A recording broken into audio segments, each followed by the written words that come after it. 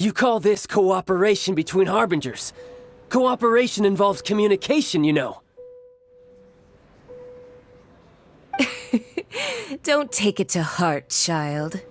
Besides, aren't you happy that you got to skip the formalities and bring chaos to the land? I'm sure you must have enjoyed that. Oh, it seems that some of your friends have arrived. Hey, it's Zhongli and Child. And you! You're also one of the Harbingers? It's you two. I believe we've met once before. In the City of Bards, was it? I'm glad you still remember my name. Ah, right. I imagine that it must have been rather hard to forget watching helplessly as something precious was snatched away from your friend.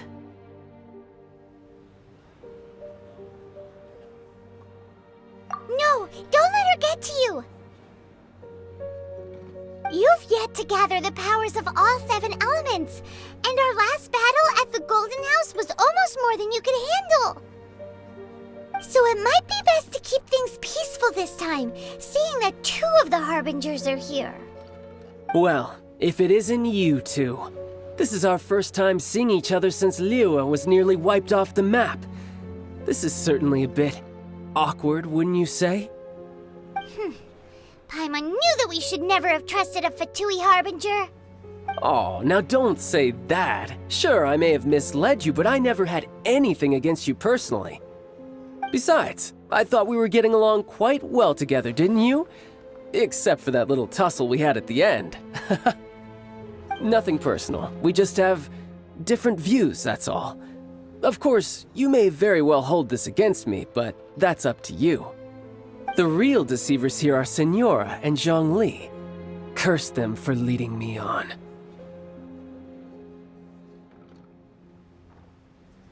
So actually, I think... Stop wasting time, child. There'll be plenty of time to chat once I'm through here. You remember the agreement, Morax. Now, if you would be so kind. The Gnosis, please. What in the world are you talking about? The contract is fulfilled. That which thou seeketh is now bestowed unto thee. For my promise is solid as stone.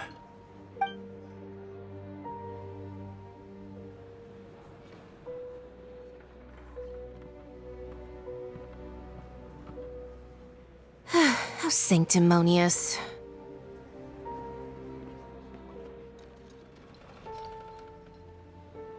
What?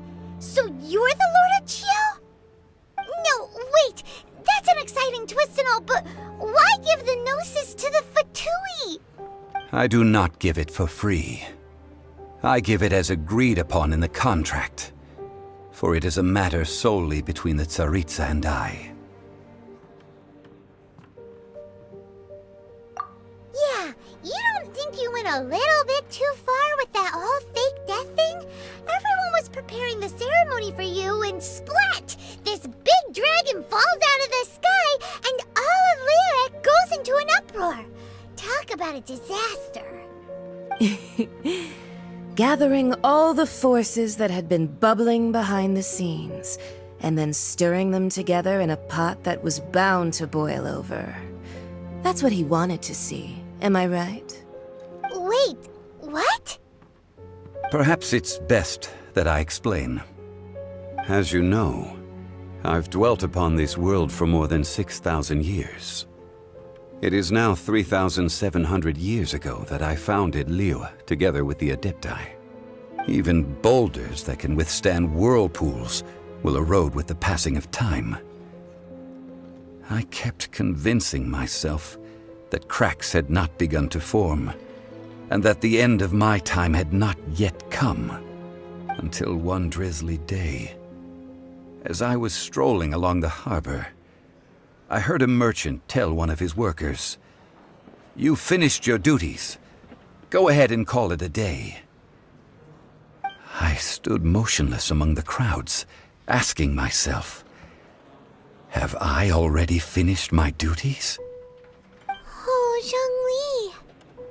But as I began to consider relinquishing my divine role, I soon discovered that many reasons still remained to not hastily depart. Was Liyue, the city I had dwelt in for so long, already prepared to enter its next age? I decided that a test was needed in order to reveal the answer. So I feigned my own death, and gathered the cast of Child, the Adepti, and the Liyue Qixing to play their roles together on the stage that was Liyue.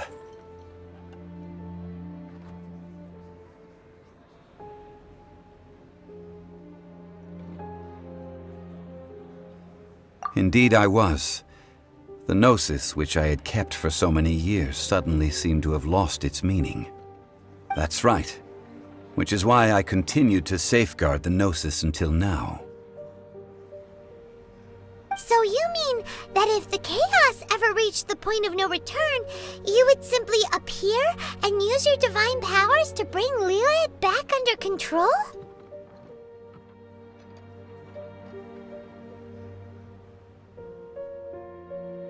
Of course, and it would have been all too easy for him too.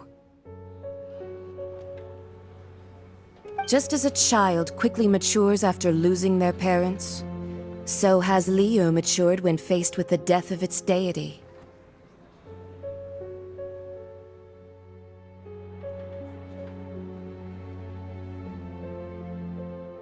In the end, the resolution to all that has transpired was even more satisfactory than I could have hoped for. Take the Adepti, for instance. Owing to their years of seclusion, they were the least informed. Yet when faced with a crisis, they commendably showed the greatest amount of restraint possible. Not only did they manage to cooperate with the Qixing, but in the end, they even made efforts to understand the hearts of the people. Credit is also due to Signora, the emissary dispatched by the Cryo-Archon to fulfill our contract. At my request, she kept everything she knew in strict confidence. This despite the eavesdropping ears of her colleague, Child. This meant I could remain as Zhongli, even having the chance to fulfill the age-old traditions of Liyue in this mortal form. Thank you for joining me on this journey, traveler. All of these things turned out as I had planned. There is only one thing that I had not anticipated, and that was the conduct of the Liyue Qixing. I had expected them to do no more than the Adepti, to come to the defense of Liyue. But when all was said and done, they seized the opportunity to supplant Liyue's divine protectors, and used the subsequent power vacuum left by my death to quickly gain complete control of Liyue. Huh? That doesn't sound good at all! Ha! On the contrary, I think it is excellent. I had always feared that it was too soon for them to take over from me. And it was also that which I longed for the most. As such, this is the best parting gift anyone could have given this god of old. Hey, what about me? Doesn't anyone feel the least bit of remorse for deceiving me? You've practically kept me in the dark! I think that thanks would be more appropriate. You certainly played no small part in all of this, wreaking havoc and turning the city upside down. The Lord of Geo ought to thank you for your performance, if anything. If you hadn't created the pressure of a battle between mortals, Adepti, and a god, the lump of coal resting in the hands of the Geo-Archon, Liyue, would never have been able to become a dazzling diamond of a city. Huh? Just whose side are you on, mocking me like that? Are you itching for a fight?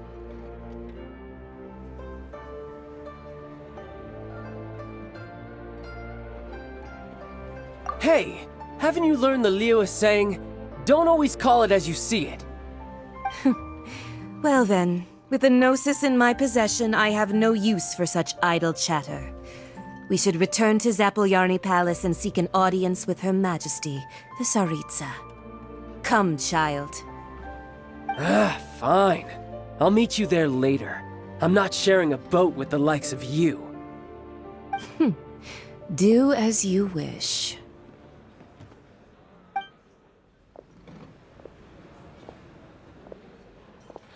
Now then, is there anything else you wish to ask me?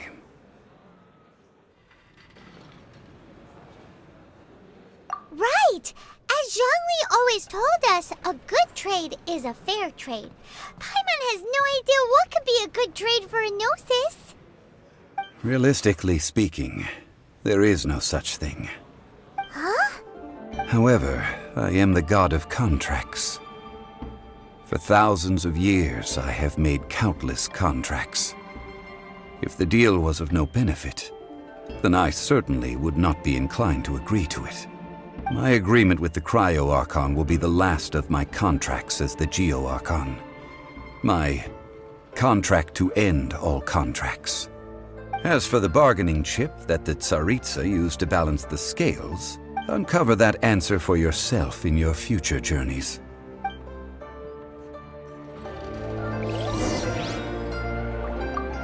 Paimon can't absorb so much information at once. So, Zhongli, what sort of contract did you sign with the Cryo-Archon? Paimon's so curious. One of the clauses of our contract was not to divulge any of its contents. Ugh, you're so petty.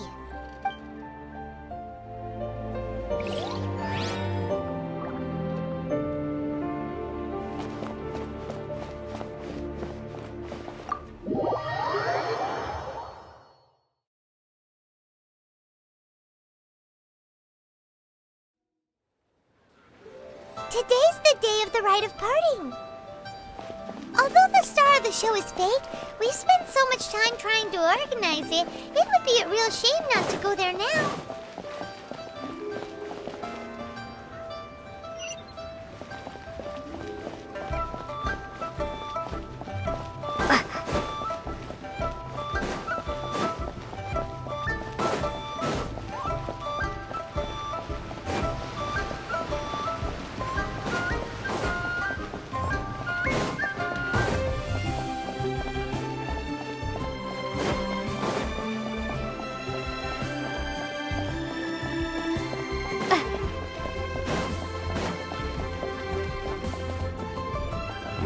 Well, since we're going through with this rite of parting, I guess it means that those rumors hit the nail on the head. So Rex Lapis is really... But they didn't catch the culprit, did they? Oh, come on. Do you think that the assassin could have been a normal person? You know what I think? I don't think any of the gossip on the streets you hear from those shady types is worth anything. There's only one real possibility in my mind. I've heard that the assassin was that Fatui fellow. Youngish, pretty high in rank. I think they called him Child. The Fatui? They certainly are very suspicious. Who knows what those greedy, crooked folks... Shh! Lower your voice. If the Fatui catch you in their sights, Rex Lapis won't be around to protect you this time.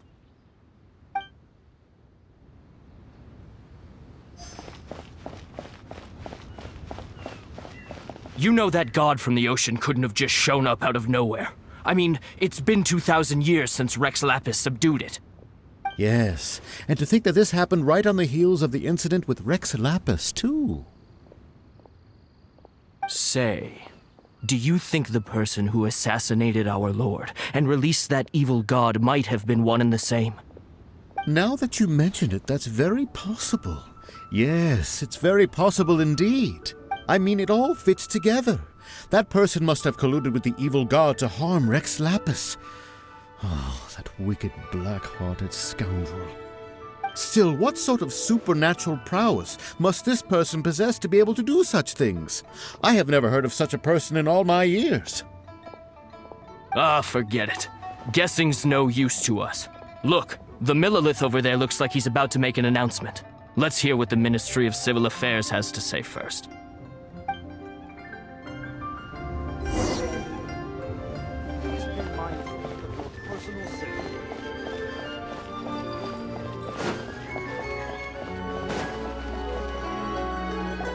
Hear ye all! The Qixing's words. Though a dragon soars ageless as the mountains, it too must return to dust. This is common knowledge. Gods and Adepti live glorious lives, but both light and shadow have their season. So too must they face divinely appointed trials. Rumors and hearsay abound on the streets that Rex Lapis was murdered. Now, let the truth be revealed. Having been thwarted in his trial, Rex Lapis's soul has recouped the celestial heights. He beseeches the people of Liyue to grieve not and to let not their hearts be saddened. Nor are they to believe street-born rumors or indulge in baseless speculation.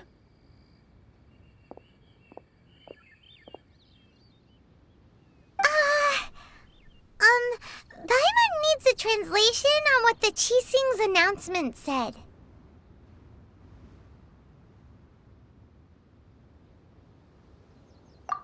So that's how they're spinning it. Something feels off. Why would they suddenly give up looking for the murderer? Not to mention how this excuse sounds like something they just made up on the spot. Could the Qixing already have known that Rex Lapis wasn't dead? But Zhongli said that neither they nor the Adepti knew anything. Did Zhongli tell them in secret after his gnosis changed hands?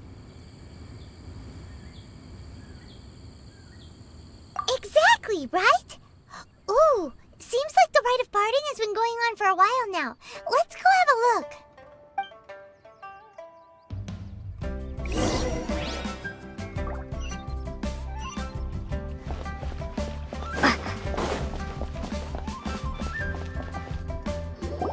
Look, it's Ningguang and Keqing. Are they saying something? Are there speeches over? As said previously, Rex Lapis's soul returning to the heavens is the end of the contract. And it is also the end of an era. 3,700 years of contracts burnt and reduced to ash. We, the people of Liyue, were indeed prosperous. But blinded by our prosperity, we forgot that time can be pitiless.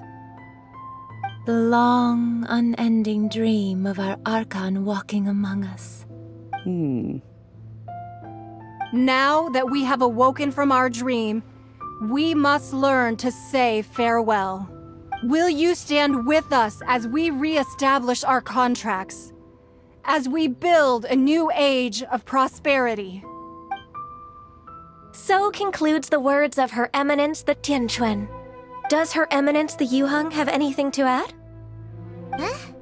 Is she looking this way? Traveler. Yikes! She really is looking our way! Is that the traveler who they say defeated the ancient god? So young. The Liyue Qixing always repay their debts. And as you have heard, our eyes see far and our reach is long. Name your price. You deserve that much. Whoa!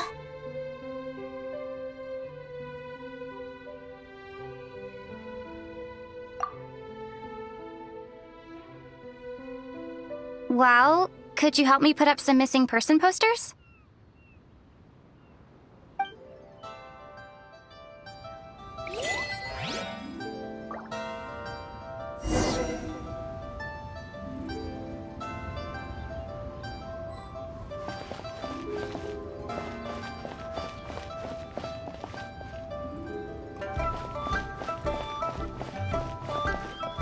Roping you in was possibly the most masterful move we could have made.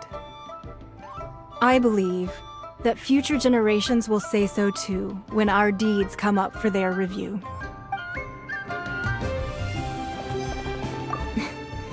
Why, you? Were you just trying to look cool earlier, or are you really that selfless? If you were looking for someone, you could have just told me that in private.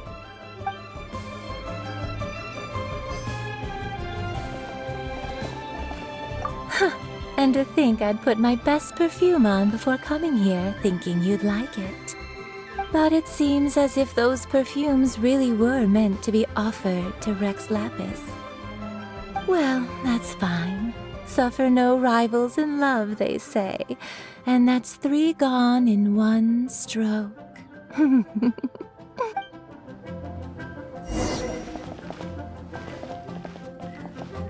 The cleanup of the premises, managing the crowds as they exit, making an account of the rite. There's much that remains to be done. I didn't miss anything, did I?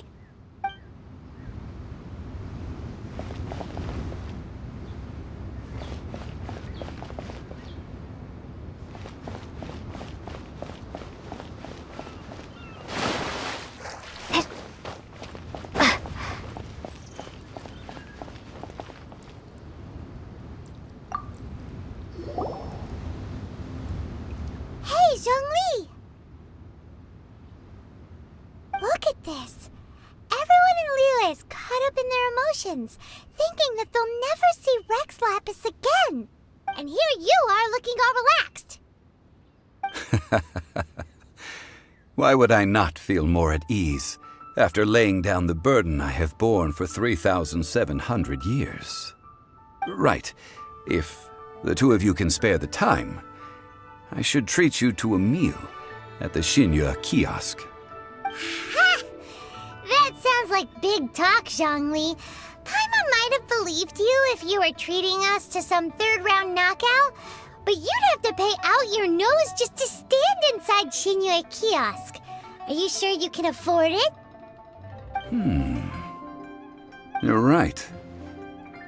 I do lack the Mora.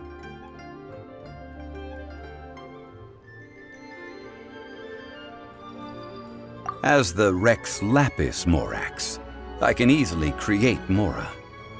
But since I have chosen to walk this earth as the mortal Zhongli, I should abide by the same rules that mortals do.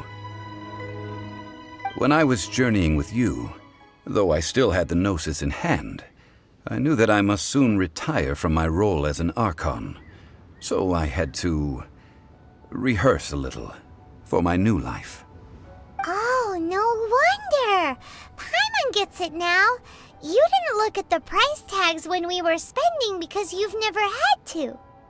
But since you weren't used to not being able to just make more Mora as and when you wanted to, you had to try becoming a parasite to society who lives off of other people's credit. Well, we were only spending Fatui money. You don't have to say it like that. In the City of Commerce, we do not merely exchange money or goods.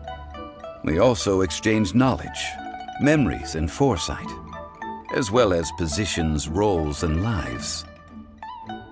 The Archon Morax could never experience life as the true mortal Zhongli could, no matter how many times he descended to be with his people.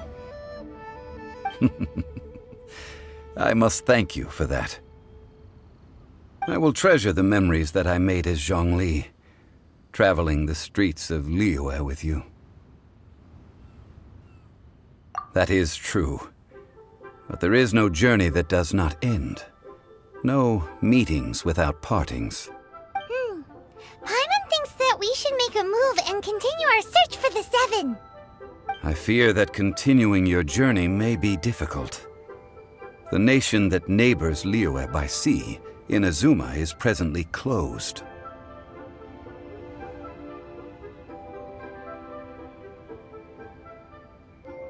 The Electro-Archon Ball. And just as the people of Liyue preferred to call me Rex Lapis, she too goes by another name among locals in Inazuma. Paimon thinks we've heard that one before. Raiden? That is the case. And since Raiden is also the Shogun of Inazuma, people call her the Raiden Shogun. That said, though people at the wharf were saying that the situation in Inazuma is very tense, Paimon doesn't remember that always being the case. It wasn't that bad last year. Zhongli, since you're Rex Lapis, shouldn't you know something about what's happening there? Just how did Inazuma become a closed nation? It's because of visions. Visions? When faced with circumstances beyond their control, humans often bemoan their lack of power. But if a person shows true strength of will at a desperate and fateful moment in their life, the gods will look upon them with favor. This is what visions are. Magical foci bestowed upon those who have been acknowledged by the gods. Uh-huh. That's how people in Teyvat see it. But starting from last year, the Raiden Shogun began promulgating the Vision Hunt Decree. Vision Hunt Decree? Yes. It was an order to seize all visions within Inazuma's borders, and to inlay them upon the hands of the statue of the omnipresent god. They want to seize visions. But why? Aren't visions blessings from the gods? I should think that in the Raiden Shogun's eyes, it is precisely because they are divine blessings that they should be under the sole dominion of divinity. Whoa, that's harsh. The Anemo Archon is the god of freedom, and the Geo Archon is the god of contracts. For her part, the Raiden Shogun is the god of eternity. It seems as though she has finally decided to eliminate any unstable elements that could pose a threat to her eternal realm. The fact that even I, the oldest of the seven, have now passed away, will only strengthen her resolve to pursue eternity. Knowing her, she must have again quoted that adage she is most fond of when proclaiming that decree to her people. 7 ideals for 7 gods. And of these, eternity is nearest unto the heavenly principles. All right then. Was there anything else you wish to know? Yeah, about that. Before the Qixing made their announcement, we listened to a lot of people talking on the way. Most of them put the blame for everything on Child. These are indeed false accusations. But it remains undeniably true that Child did send people to the Jade Chamber to prevent the Adepti and the Qixing from defeating the ancient god. I've heard that Ningguang is busy milking that for all it's worth on the foreign relations front at the moment, browbeating the envoys of the Fatui. Ha! Those poor Snezhnayan diplomats. If it were not for Child's exalted position as a harbinger, I'm certain that they would have shifted all the blame to him and called for his dismissal by now. All right then. Was there anything else you wish to know? That's right. Zhongli, now that you don't have your Gnosis, what's going to happen to all the Mora in Teyvat? Since Morax is dead, are they all just gonna disappear? Also, isn't the Golden House the only mint in the entire continent? Will it even continue to work? The Mora present now will not vanish. But the Golden House will indeed have to cease operations for a lengthy period of time, since creating Mora requires the use of the Geo Archon's power. This is terrible! We're all about to run out of Mora! The world is coming to an end! Yes, this is indeed a major issue from a financial standpoint. Well, I suppose we'll just leave such troublesome matters to the Liyue Qixing to debate. Then, did you at least set some private funds aside for yourself? Oh, a private fund. This does seem like a good, logical, common-sense idea. It's a shame. What's a shame? It's a shame that I didn't think of it at the time. All right then. Was there anything else you wish to know? Ah, that was a good one. Failing a divine trial. How they came up with that excuse, I will never know. That said, the reason why the Qixing were so eager to resolve the incident and stop pursuing the culprit was indeed because they received news in secret that Rex Lapis was not dead. I hinted as much to the Adepti as well. How did I accomplish that, you ask? Have you ever heard of this particularly convenient Adepti art known as gifting dreams and visions?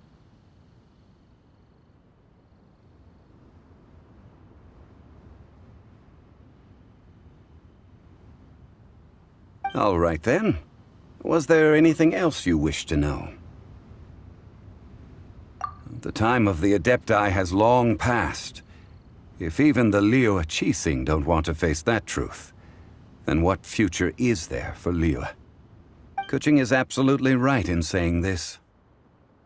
Now, though I did laud Ningguang's desire for power, believing this to be a good thing, and thought as a matter of course that she must have been behind the Qixing's plan to take governing power over Liyue from the hands of the gods and Adepti, could the original person who brought up the idea of seizing power have been... All right then. Was there anything else you wish to know? Well then, I suppose you'll have to find a way to get inside this closed nation. Have patience. I suspect that some serendipity must first come into play.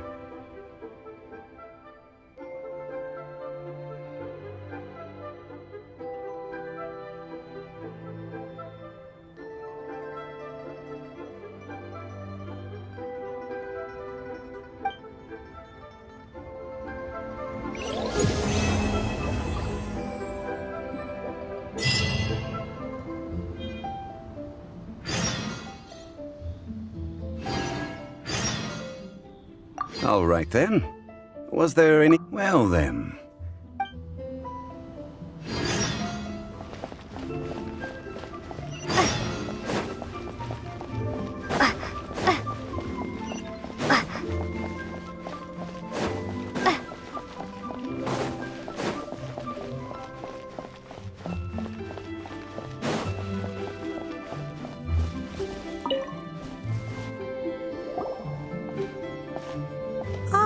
Children, come, come.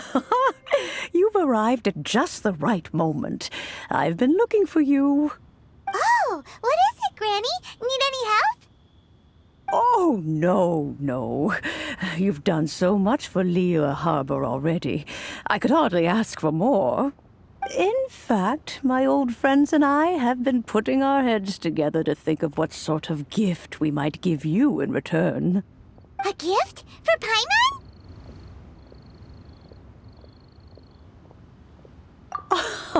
Oh, child, you are so very modest. Uncommonly so, even. But you mustn't decline this gift. I simply won't allow it. When you traversed my old teapot in search of the cleansing bell, I heard your little friend mention that you often camp out in the wilds. That simply won't do, especially since I imagine you still have a very long journey ahead of you. Fortunately, I have not yet grown so old as to see my subspace creation abilities atrophy.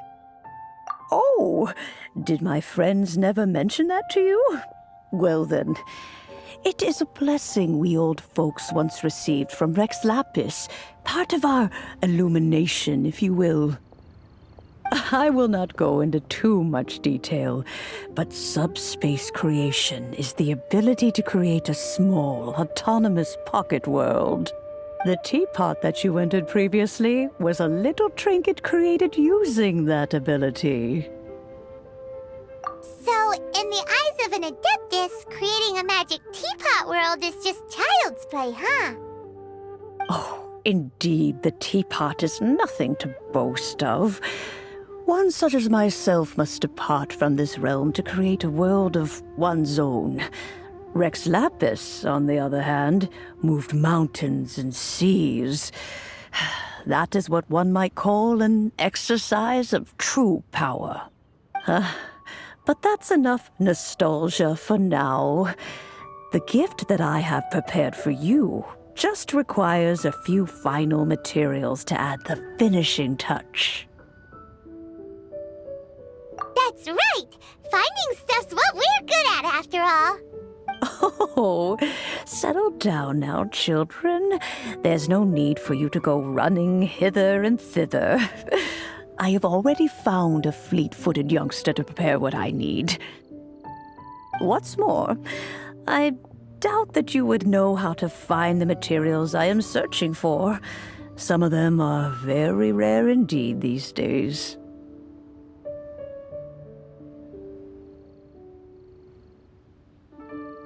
Well, for starters, I require some shimmer soil from the banks of Liyue Marsh.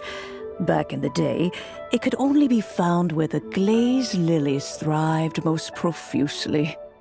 You would have to dig downward, following the roots of the glazed lilies, and if you were lucky enough, you just might find a small patch of shimmer soil there.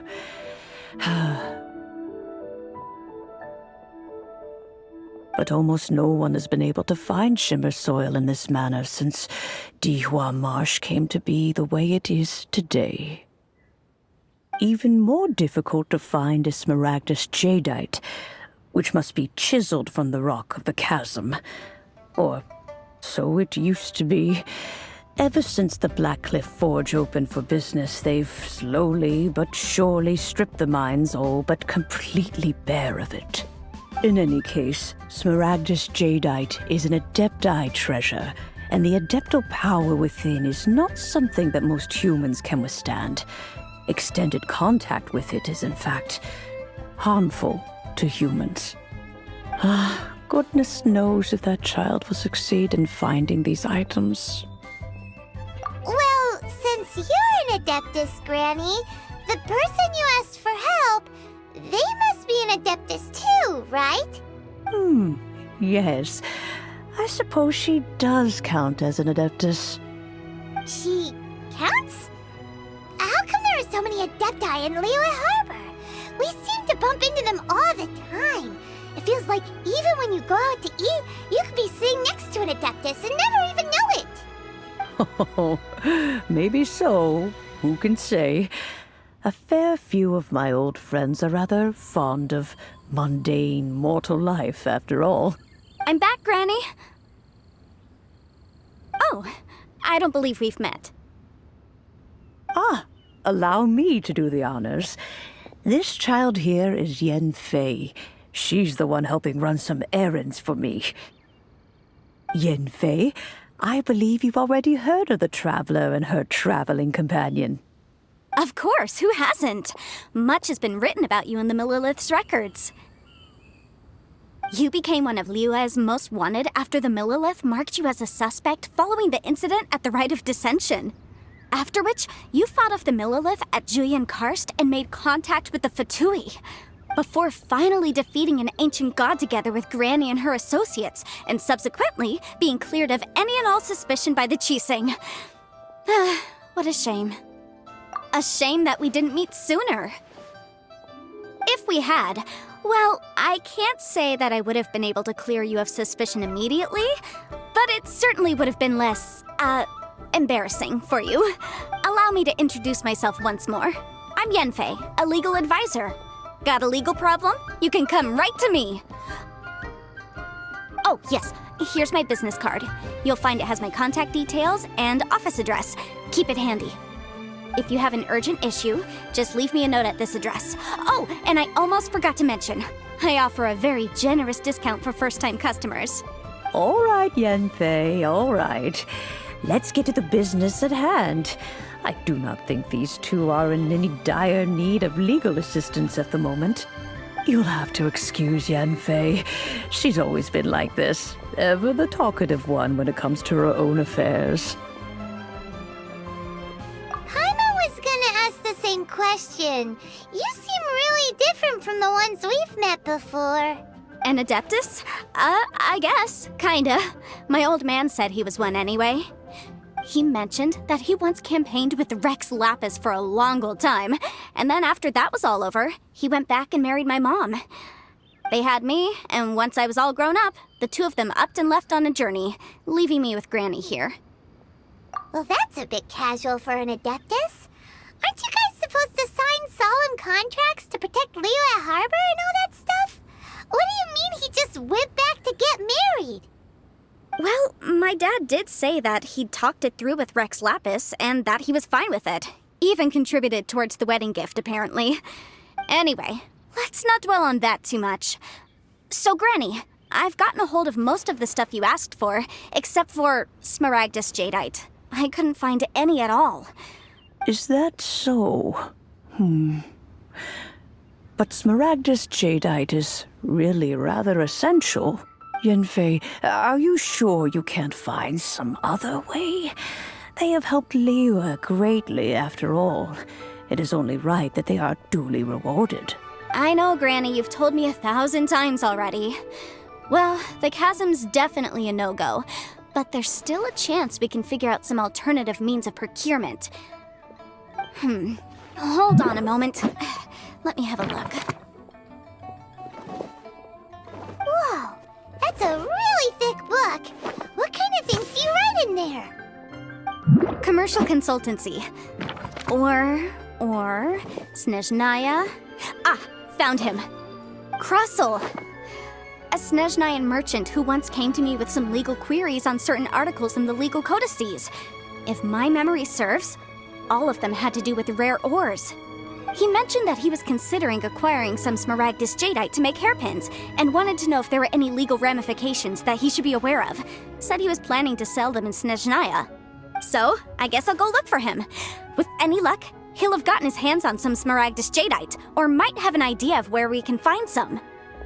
Oh, you want to join me? I suppose that's no problem, but it's best if you just stand by and watch. If you try to get involved, you'll only risk placing yourself in legal jeopardy. Wow, an Adeptus imploring us to avoid incurring legal liability. Well, that's a first for sure. Best we be a little more careful than usual while we're with her.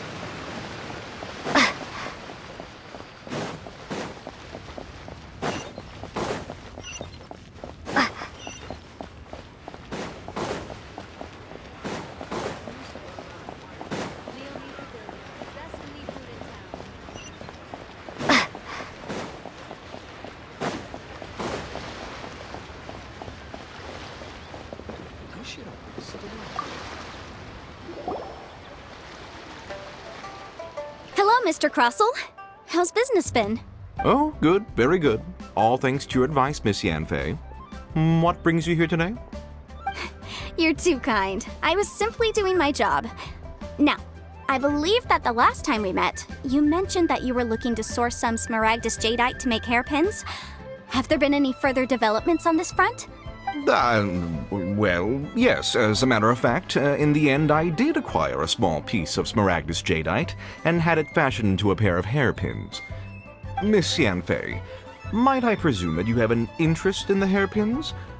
I must apologize, I've already rented them out to a lady named Zhiqiao. If you'd like to inspect them, you may have to wait quite some time. Wait, isn't Smaragdus Jadeite really rare? Aren't you worried about the hairpins getting damaged or lost while they're being rented out?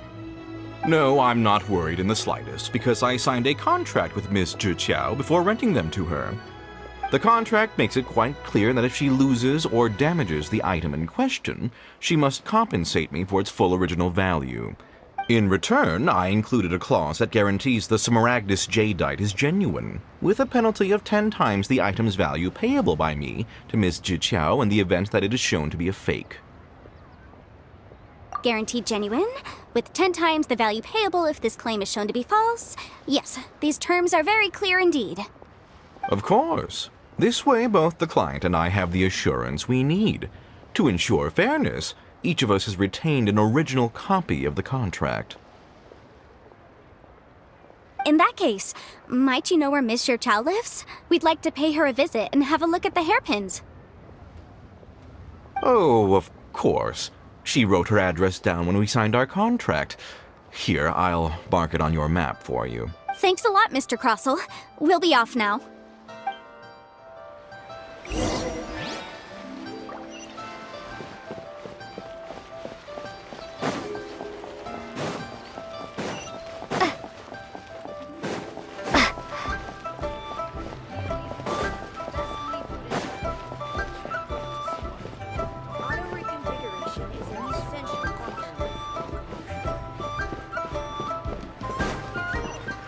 One Wing Bookhouse.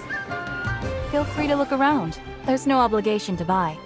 We're looking for the Liyue volume of the Teyvat Travel Guide. Do you have it in stock? Sorry, dear. We stopped stocking that a very long time ago. It just wasn't selling. Huh? But the Mondstadt volume was so interesting. But The thing is, the author made it too personal, and the result wasn't really much of a guide. It barely sold any copies, and the few travelers that did buy it made complaints afterward.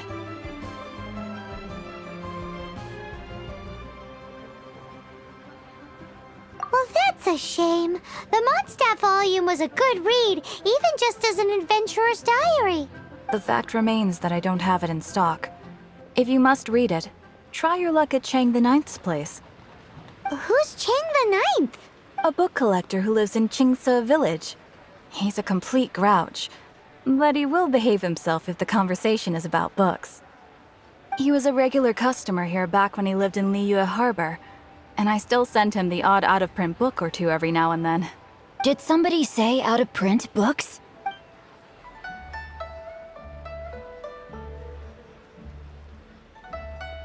Is there a chance that Volume 6 of Legend of the Shattered Halberd is also in his collection? Apologies, my liege. Where are my manners? My name is Sing Cho, a humble literature enthusiast who happened to be passing by. Since you and I are both in search of lost books, what say we travel together to Mount Qingse and pay a visit to Chang the Ninth? My pleasure, fellow book lover.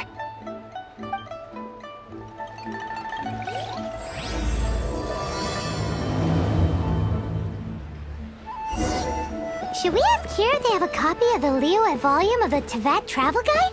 It's super duper interesting.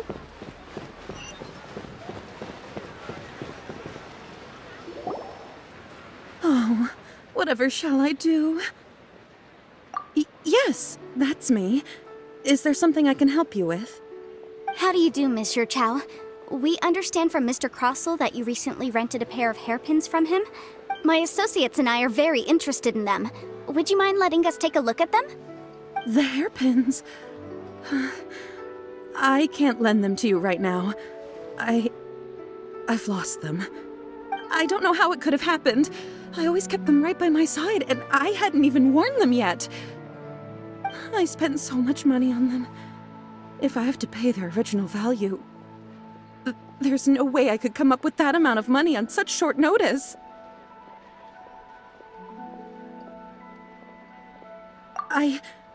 My family is in the ore business too, but business has been suffering ever since the chasm was sealed off.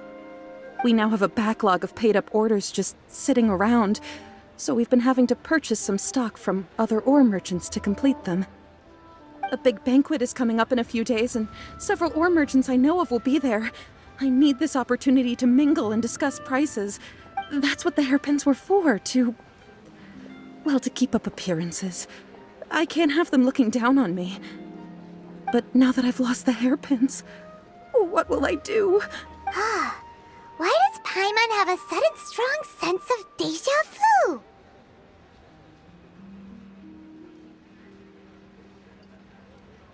Would you really? I sent a commission to the Adventurers Guild, but I haven't heard anything back from them yet. Hold on. Don't run off looking for the hairpins just yet. Monsieur Chow, would you let me have a look at the rental contract you signed? Huh? Well, I mean, sure, I have it right here. Let me see. That's right! Yanfei said she's a legal advisor, didn't she? Maybe she can help Juqiao somehow. True. Though surely there must be a win-win solution. Right. I finished reading the contract. The terms are very clear, and they do indeed stipulate that you must pay Mr. Crossell the original value of the hairpins as compensation for the loss. Furthermore, the contract also expressly states that the amount of compensation must take current market prices into account. And given the rarity of Smaragdus jadeite, I fear that the final amount of compensation may end up being significantly higher as a result. Even higher? Oh no. Uh-oh. Juqiao looks like she's about to faint. However, All of this is assuming that it is indeed genuine Smaragdus jadeite that was inlaid into the hairpins. Did you really have to pause before saying that part? Anyway, the hairpins are lost, so how exactly would we be able to find out if the jadeite is genuine or not? Whichever way you look at it, we've got to start by finding those hairpins. Except that if we found the hairpins, there'd no longer be any need to check whether the jadeite is genuine, would there? Seems right. Please. Please, Don't trouble yourselves over this. The fact is, I lost the item and I should pay compensation per the contract. However much it is, I will have to pay it. My family are merchants, after all. It's vital that we keep our word and respect our contracts. Now that it's come to this, I really shouldn't keep Crossel in the dark any longer. I'll go and inform him of the issue and then negotiate the amount of compensation. Yes, legally speaking, it seems this is the most sensible course of action. But before that, I have some questions about the hairpins. So hold on a moment, Mr. Chow. When you first touched the hairpins, what did you feel? What did I feel? Well, I remember that the gemstones set into the pins were perfectly smooth to the touch, like the finest quality jade. My family has seen much jade pass through its hands in the past, so I am quite certain of my judgment in this matter. Smooth to the touch, finest quality jade. No, it's nothing. I just need to re-examine a few things. Let's head over to Mr. Crossel's.